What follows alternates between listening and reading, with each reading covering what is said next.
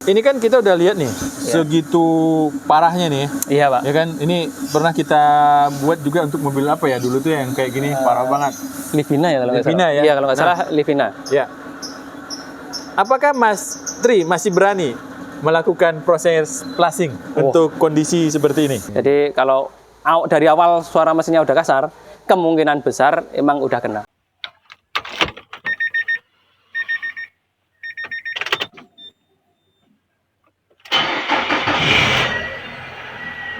Aduh, jadi apa ya, Pak ya? Waduh. Wah, kawan-kawan semua, sobat Ahpedia, lihatlah apa yang terjadi di mesin mobil yang sangat cantik ini. Iya. Waduh, ini parah lagi nih. Iya, ini parah ini, Pak. Ini emang apa? Aduh, Untuk ini mau dipegang aja kayak ini tebel ini, Pak. kayak aspal Mas ya? Ya, ini ya. Tuh. Contohnya kayak gini, ini geraknya ini. Nah, ini sebenarnya kasus kayak gini udah sering kita ini Mas ya. Ya, kita jumpai sering Kita banget, Pak. jumpai ya, dan Iya. bahkan berapa kali kita buat video ya, Iya. terhadap mesin yang apa namanya berlumpur, Berlumpur, ya, betul, Pak. Berlumpur. Ini untuk kebocoran yang di busi tadi. Ini untuk silnya emang udah keras, Pak. Ini Oke, udah keras. ini tuh, silnya nah, ini udah- sampai putus ini silnya. Ya, ini. Ya, ini keras banget ini. Harusnya nyambung Ya, ya. ini kayak gini. Nah, ini Iya, putus semua. Iya, makanya gitu. Kalau udah keras biasanya ini gampang putus kayak gitu. Makanya untuk businya basah kena oli ya ini ya. Olinya masuk lewat sini. Celah-celah sini, nanti masuk ke ruang businya sana. Nah, ini kalau kita lihat seperti ini Mas, lumpur sudah begitu mengental, oli sudah begitu mengental ya. Betul, Nah, betul. dan bahkan membuat lumpur seperti ini. Iya. Apakah proses seperti ini mempengaruhi terhadap ini terjadinya terbakar, terus busi yang sudah mulai basah juga gitu. Kalau untuk kebakar di bagian protektor coilnya kemungkinan beda ya Pak. Beda. Ya. Oke. Tapi ada kemungkinan juga salah satunya nanti kalau untuk seal businya udah bocor, Oke. ini nanti resikonya selongsong coil ini jadi lunak ya Pak ya. Soalnya kena oli, kena panas, warnanya akan berubah jadi kecoklatan kayak gini. Nanti agak ini lebih lunak dari ini harus Aslinya? Kalau aslinya kan warnanya hitam kayak gini ya. Oh, Ya, iya, kalau hitam kena ya? oli keterusan nanti jadinya akan lunak, makanya akan lebih mudah terbakar. Yang kedua untuk businya, ini kan kalau yang masuk oli yang masuk ini ya ke intake manifold, itu salah satu penyebabnya gara-gara oli berlumpur tadi menutup jalur yang ke ini ya katup PCV ya Pak ya. PCV. Ya betul. Jadi efeknya nanti katup PCV-nya akan sering jebol. Itu kalau udah kalau udah jebol, nanti olinya akan naik ke intake manifold, Pak. Nah, itu nanti masuk ke ruang bakar. Oke. Yang kedua ini untuk businya sendiri. Ini kalau gasketnya udah keras, nanti olinya akan masuk, akan kena di bagian atas busi ini.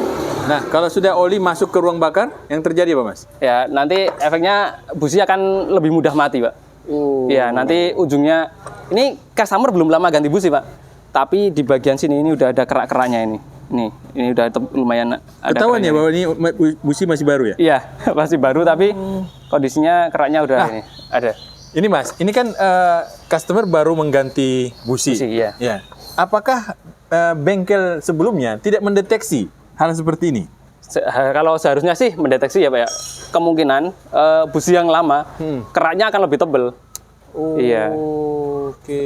Tapi mungkin tidak ini ya? nggak melakukan pengecekan lebih lanjut ya Pak ya. Iya. Jadi nggak sampai bongkar ke rocker covernya ini. Iya. Baik. Tadi kan ini kembali ke masalah awal yang disampaikan oleh customer. Iya. Bahwa CVT menjadi tersangka utama. Iya. Iya. Tersangka utama mobil ini tidak bisa jalan adalah CVT-nya. Tapi setelah ini kita bongkar, ternyata dari penyebab utamanya sebenarnya malah dari mesin, gara-gara olinya berlumpur, sama protektor coilnya bocor. Oke, Mas, bisa nggak dikasih tahu ke penonton kita, Sobat Ahpedia, Ya. bagaimana membedakan antara CVT yang bermasalah dan mobil yang tidak bertenaga dari sisi ruang bakar, ya mesin? Oke. Kalau untuk CVT, kalau ada masalah biasanya bener-bener nggak bisa jalan, Pak. Jadi di gas itu paling mentok cuma 2000 RPM. Oh gitu lebih. Ya? 2000 RPM itu nggak bisa jalan tuh? Iya. Kalau ini bapaknya kemarin kan udah trouble-nya kan sebenarnya dari ini ya. Dari selongsong koil. Iya, betul. Itu yang bocor. Nggak ada tenaga. Belinya kan pakai ini gigi L. Oh. Ya, padahal kalau gigi L itu maksimal 2000 RPM. Kalau lebih nanti efek jangka panjangnya akan ya ke CVT-nya, Pak. Oh, CVT. Ya, CVT yang kalah. Lah, emang kemarin beliau dengan memakai gigi L, mobil lebih bertenaga? Ya, lebih ada tenaga sih, Pak. Soalnya kalau L kan rasionya di transmisi lebih besar ya, Pak ya. Kawan, ada master kita. Iya. Ya, ini untuk kalau gigi L kan rasionya lebih besar. Jadi walaupun tenaga di mesin kurang, nanti outputnya di transmisi lebih besar. Walaupun cuma sedikit sih, nggak ngefek ekstrim. Oke. Ya. Jadi kita harus mengetahui dengan membaca salah satunya RPM ya? Ya, betul. Jadi kalau RPM CVT yang bermasalah, itu 2000 RPM pasti dia nggak akan mampu? Ya, nggak mampu sih sebenarnya. Oh. Jadi kalau lebih dari 2000 RPM nanti malah CVT-nya bisa benar-benar loyo. Ya. Oke. Nah, sedikit Mas. Tadi kan Mas bilang kalau CVT di 2000 RPM dia tidak akan bisa maksimal dan tidak akan bisa jalan. Nah, sedangkan tadi mobil ini di 2000 RPM lebih dia masih bisa. Masih bisa jalan. Iya, betul, karena permasalahannya bukan di CVT, Pak, tapi di mesinnya. Jadi gara-gara protektor coilnya ini mati satu ya. Jadi tenaganya masih ada. Yang dari mesin, yang dari CVT juga masih normal sebenarnya. Tapi karena dipakai gigi L ya. Kalau gigi L kan gerungnya pasti lebih besar ya. Iya, benar. Nanti kalau dikasih 2000 RPM lebih, nanti kelamaan nanti CVT-nya kalah. Oke. Baik, jadi ini bisa kita kasih tahu kepada Sobat APedia, bila CVT yang sudah bermasalah, itu tidak akan mampu lebih, lebih dari 2000 RPM. Dan 2000 RPM pun itu dia nggak akan bisa nyelonong lagi ya. Betul. Tapi di sini mobil sudah masih bisa. Masih bisa, tapi kalau untuk kasus mobil ini yang masalah protektor coilnya nih, Pak ya. Jadi sebenarnya pas idle pun itu mesin nggak bakalan anteng. Oh, sudah pincang sebenarnya. Iya, betul. Jadi mesinnya udah berbet ya. Kalau dikasih itu beret gitu. Berbet ya. Betul. Kalau untuk ini kan kemungkinan besar memang bukan dari CVT-nya. Makanya kita awal masuk mobil nggak langsung kita kerjakan CVT transmisinya, tapi kita lakukan pengecekan lebih ke mesinnya dulu. Baik, berarti Sobat APedia juga harus memperhatikan suara-suara berbet tadi ya? Ya, betul. Itu suaranya bisa dicek apakah melalui RPM atau dari knalpot? Kalau lebih mudahnya sih dari knalpot ya, Pak ya. Dari knalpot ya? Ya, jadi biasanya kalau di bagian pengapiannya bermasalah, entah dari selongsong koilnya atau businya yang mati, itu biasanya gas buangnya agak lebih bau. Ya, kayak bau air comberan ya biasanya. Iya, soalnya untuk bahan bakarnya itu nggak terbakar sempurna, Pak. Jadi kebuang mentah lah istilahnya. Ya. Jadi untuk kalau trouble di bagian mesinnya, itu biasanya kayak gitu. Jadi lebih ke gas buangnya bau sama berbetnya tadi. Nah, hal seperti ini kita kasih tahu ke Sobat APedia agar jadi pendeteksian penyakit awalnya ya. Iya, betul. Jadi tidak langsung menuduh ya. Nggak langsung ini. Memperkirakan bahwa yang CVT-nya. CVT ya. Ya, betul. Karena memang kemarin-kemarin kan diceritakan juga kalau CVT itu salah satu kelemahannya tidak bertenaga ya. Ya, betul. Kalau sudah agak rusak gitu ya. Tapi ternyata setelah dibongkar, dilihat sendiri kondisinya berlumpur. Ya, ini masalahnya jadi tambah. Masalahnya jadi nambah. Ini kalau cuma kemarin tidak bermasalah di selongsong koil ya, mungkin mobil masih bisa jalan. Masih bisa jalan ya, masih normal. Jadi emang untuk masalah di mobil ini sebenarnya dari protektor coilnya yang terbakar. Yang kedua dari olinya yang berlumur kayak gini, Pak. Baik. Mas, ini pertanyaan terakhir mungkin ya. Ini kan kita udah lihat nih, segitu parahnya nih. Iya, Pak. Ya kan, ini pernah kita buat juga untuk mobil apa ya dulu tuh yang kayak gini, parah banget. Livina ya kalau nggak salah. Ya? Iya, kalau nggak salah Livina. Ya. Apakah Mas Tri masih berani melakukan proses flushing untuk kondisi seperti ini? Aduh, kalau untuk gimana?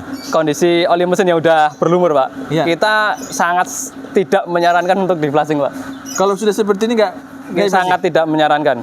Soalnya nanti resikonya satu nanti kotoran ini nanti emang bisa nggak semua sih, akan ada yang yang ikut turun ke karter, tapi nanti efeknya lubang oli yang ada di mesin kan cuma kecil-kecil, Pak ya. Kecil-kecil. Nanti tersumbat sama kotoran yang sangat banyak ini, Pak. Jadi salah satunya nanti mesin jadi kasar. Yang kedua nanti indikator untuk olinya nanti akan menyala. Ya, gara-gara untuk saluran olinya tertutup ya, Pak ya. Betul. Jadi nanti suaranya kasar itu gara-gara ketutup.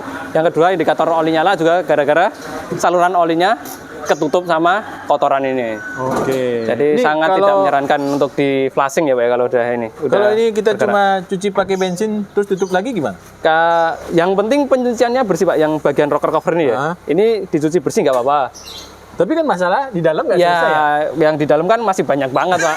Ini aja cuma bagian atasnya aja ini, belum bagian tengah sama yang bagian bawah juga ini masih pasti banyak. Kalau lumpur seperti ini, yang paling banyak ditemukan ini kan ada 3 bagian ya? Mesin itu ada berapa bagian tuh, Mas? Ya, ada atas ada head cylinder, sama block cylinder, sama carter oil pan. Nah, di antara 3 bagian ini, yang paling banyak kita temukan hal seperti ini di bagian mana? Paling tebel biasanya ini, Pak, di rocker cover sama head cylinder. Oh, ini rocker covernya, ya, betul. Sama head cylindernya. Iya. Wow. Kayak kalau untuk lumpur ini emang agak ini efek uap olinya juga ya. Jadi nanti ketebalannya tergantung dari kondisi olinya, penggantian olinya. Ya. Kalau sering telat ganti oli nanti resikonya ini. Lumpurnya akan lebih tebal ini. Nah, kawan-kawan, Mas Hardy selalu bilang, ayo perhatikan kilometer untuk penggantian oli. Ya, Mas Hardy ngomong seperti itu bukan apa-apa, tapi Mas Hardy peduli dengan kendaraan pengguna dari mobil customer. Ya, Mas Hardy ya? Ya, betul. Nah, agar tidak terjadi seperti ini, sobat ya. Kalau udah kayak gini kan jadi tambah biaya ya. Iya, nanti nambah biayanya nggak cuma dikit, Pak. Banyak. Tapi Mas, harus turun mesin soalnya. Kalau sudah seperti ini kan nggak perlu kita menambah untuk yang lain kah? Kalau lumpur sudah seperti ini, umpamanya nanti ada apa namanya? Biasanya ini, Pak, metalnya ya, untuk bearing kruk as, ya itu biasanya kena. Soalnya pelumasannya kan jadi berkurang ya kalau udah ada lumpurnya kayak gini. Nanti efek jangka panjangnya bearing kruk asnya itu nanti akan kena. Jadi kita perlu penggantian bearing kruk as, nanti belum undersize-nya. Ya, jadi lebih baik kalau untuk oli mending ganti secara rutin aja. Nah, tuh kan jadi bengkak kan? Iya, hanya masalah oli berapa bulan? 3 bulan ya. 3 bulan ya? Iya. Atau 5.000 km 5.000 km, lebih aman seperti itu. Apalagi mobil sering buat luar kota. Soalnya kalau untuk sering luar kota itu kan nanti untuk titik didihnya kan lebih ini ya. Untuk suhu mesinnya lebih tinggi. Nanti kualitas olinya itu walaupun volumenya masih banyak, itu kualitas olinya untuk melumasi, untuk mendinginkan itu akan berkurang lebih banyak. Nah, oleh karena itu kita harus memperhatikan kilometer dan waktu. Iya, betul. Waktu ya. Kalau tercapai 3 bulan duluan tapi belum kilometer belum tercapai, kita ganti ya. Iya, apalagi buat itu tadi, Pak, tambahan buat sering luar kota, perjalanan jauh lah. Perjalanan jauh itu resiko untuk ngeslaknya itu lebih ini. Untuk berlumpurnya itu lebih cepat. Mas, ini kan belum kita bongkar. Tapi Mas bilang tadi sudah ada prediksi bahwa akan ada penggantian bearing. Iya. Bearing kruk as ya. Bearing kruk as. Ya, metalnya. Apakah itu semua berlaku untuk semua mobil yang berlumpur seperti ini? Ya, kita estimasi kasar ya, Pak ya. Estimasi kasar ya. Tapi ada nggak yang nggak sampai kena? Nggak sampai kena itu ada juga sih, Pak. Ada juga. Ya, kita emang harus melakukan pembongkaran terlebih dahulu. Jadi kalau dari awal suara mesinnya udah kasar, kemungkinan besar emang udah kena. Ini kan mati datang ke sini ya. Jadi Mas nggak pernah mendengar suara aslinya ya sebelum dibongkar ya? Sebenarnya nggak mati sih, Pak. Oh, masih bisa hidup? Masih bisa hidup, cuman ya ada pincangnya itu tadi. Tapi kasar nggak? Iya, kalau kasarnya nggak begitu. Oke. Jadi ini nanti sementara kita tunggu estimasi dari customer dulu aja. Iya, baik. Tapi tetap nanti Mas Tri akan memperlihatkan kepada customer juga kan ya? Iya, betul. Bahwa setelah dibongkar ya, ternyata ada yang harus diganti dan ada yang masih bisa tetap untuk dipakai gitu ya? Betul. Oke. Baik, untuk perbaikan seperti ini Mas Tri, itu butuh berapa waktu? Untuk bersihin lumpurnya, Pak? Iya, ngangkat berarti bongkar itu ya? Ya. Ini untuk pembersihan lumpur yang kayak gini banyaknya ini, paling cepat kalau kita sebenarnya kalau jadinya rame kayak gini paling nyampe 2 mingguan, Pak. 2 minggu? Ya. Itu udah bongkar pasang ya? Ya, kita usahakan 2 minggu bisa jadi. Oke. Tapi kondisinya ya kalau bengkel rame, kita ya menyesuaikan, Pak. Oke. Nah, ini yang sering ditanyakan kawan-kawan. Iya. Biayanya berapa kalau untuk kasus ini ori berlumpur? Oli berlumpur ya. Kalau untuk biaya itu kisarannya 6 sampai 10 jutaan, Pak. 6 sampai 10 juta. Ya, untuk penggantian spare part sama jasa sudah itu. Sudah jasa ya? Iya, udah. Jasa penggantian spare part. Iya, rata-rata segitu. Tapi kalau untuk tipe mobil tertentu nanti itu tergantung kondisi mesinnya udah pernah dibongkar apa belum. Soalnya akhir-akhir ini Pak, ganti. Jadi untuk mesin tipe QR yang udah pernah dibongkar, kebanyakan kan udah headnya sama bloknya udah diratakan ya. Oh iya, betul. Itu nyampe limitnya, Pak. Jadi kita harus ganti ya? head, ya betul. Itu nanti akan menambah biaya lagi. Kalau mobil ini udah pernah turun belum, Mas? Kalau ini dilihat dari sealernya, dari lemnya itu masih original dari pabrikan. Dari pabrikan ya? Belum pernah turun berarti ya? Belum pernah. Berarti mudah-mudahan kalau spare part-nya aman, headnya juga tidak ada yang melengkung-melengkung gitu ya? Berarti masih bisa dipakai ya? Masih bisa dipakai, Pak. Nanti cuma penggantian part-part tertentu aja. Baik, Sobat HPdia, sudah disampaikan oleh Mas Tri, ternyata biayanya tidak sedikit. Iya, betul, kalau Pak. kita hitung-hitung, 10 juta itu kan dibanding dengan berapa ribu tuh kalau ganti oli? 3.000 km atau ini ya? 5.000 km atau 3 bulan? Rupiah? Itu rata-rata ya 500 sudah ini, Pak. 500.000 ya? Dapat dia. Berarti sama dengan berapa tuh? 10 tahun. Iya. Makanya itu, Pak. Nah kan? Jadi lebih baik kita merawat daripada kita akan menemukan kasus seperti ini. Udah terlanjur kayak gini ya. Harus menguras tabungan ya? Ya betul. Oke. Baik, Sobat HPdia. Mas Tri, ada tips yang disampaikan buat kawan-kawan? Oke, untuk Sobat HPdia, untuk jangan lupa untuk penggantian oli sama servisnya lebih dirutinkan lagi, lebih diperhatikan untuk penggantian oli, jangan sampai terlewat dari jadwal yang sudah ditentukan. Untuk CVT untuk penggantian oli juga jangan sampai terlambat. Untuk pengecekannya kan untuk CVT pakai poin ya, harus di-scan. Itu maksimal 100.000. Sama untuk pemakaiannya jangan, kalau posisi L itu jangan lebih dari 2000 rpm. Iya, itu lebih amannya. Kalau untuk mobil yang kondisinya udah berlumpur, kita sangat tidak menyarankan untuk di flashing. Nanti resikonya untuk jalur oli akan tertutup sama lumpurnya ini, Pak. Jadi resikonya nanti olinya nggak naik, suara mesin kasar, indikator olinya juga akan menyala. Oke kawan-kawan, tapi insya Allah dengan ketahuan masalahnya dan diperbaiki akan kembali seperti sedia kala. Iya, betul, Pak. Jadi akan serasa mobil baru lagi. Mobil baru lagi. Tapi penggunanya lama ya. Iya, betul. Baik Mas Tri, terima kasih. Sama-sama, Taufik. Assalamualaikum warahmatullahi wabarakatuh. Waalaikumsalam warahmatullahi wabarakatuh.